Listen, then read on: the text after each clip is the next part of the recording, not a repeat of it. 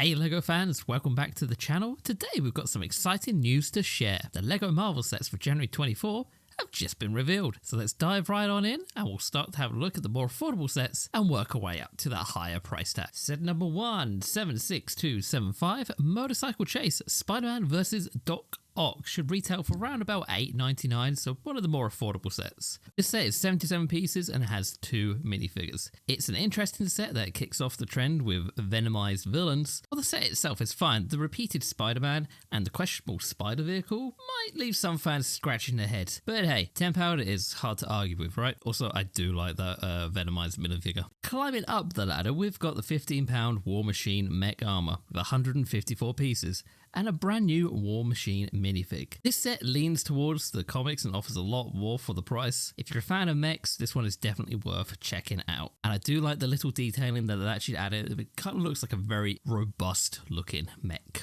Jumping up to £35 bracket, we have the Spider-Man race car with Venomized Green Goblin. Can't argue that Green Goblin's glider looks good, and the Venomized version of him is also impressive. The Spider-Mobile is a bit odd because Spider-Man doesn't really need a car. Anyway, the minifigures though are a mix of the usual suspects with a Venomized twist. Moving on to a generally great set, the Spider-Man vs. Sandman, the final battle from Spider-Man No Way Home, priced at about £37. It comes with 347 pieces and 3 minifigures, including the first ever lizard minifig, plus it connects to the No Way Home final battle scene, making it a great value for fans of the movie, and if you've already got the previous set, you can combine the two into one big diorama. And finally, set number 5, the one that I'm looking forward to, the X-Men X-Jet from X-Men 97, the cartoon kick-ass theme tune.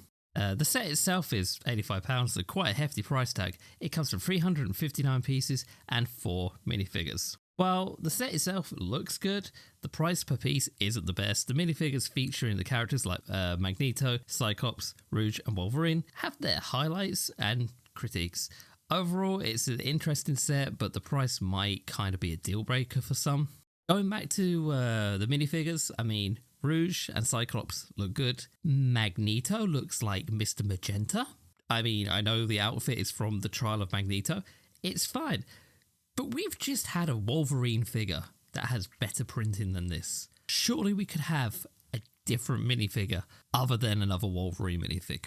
So there you have it, folks. A rundown of the LEGO Marvel sets dropping in January 2024. While there are some standout moments, it's fair to say that this wave will have its strengths and weaknesses. What are your thoughts? Let me know in the comments down below.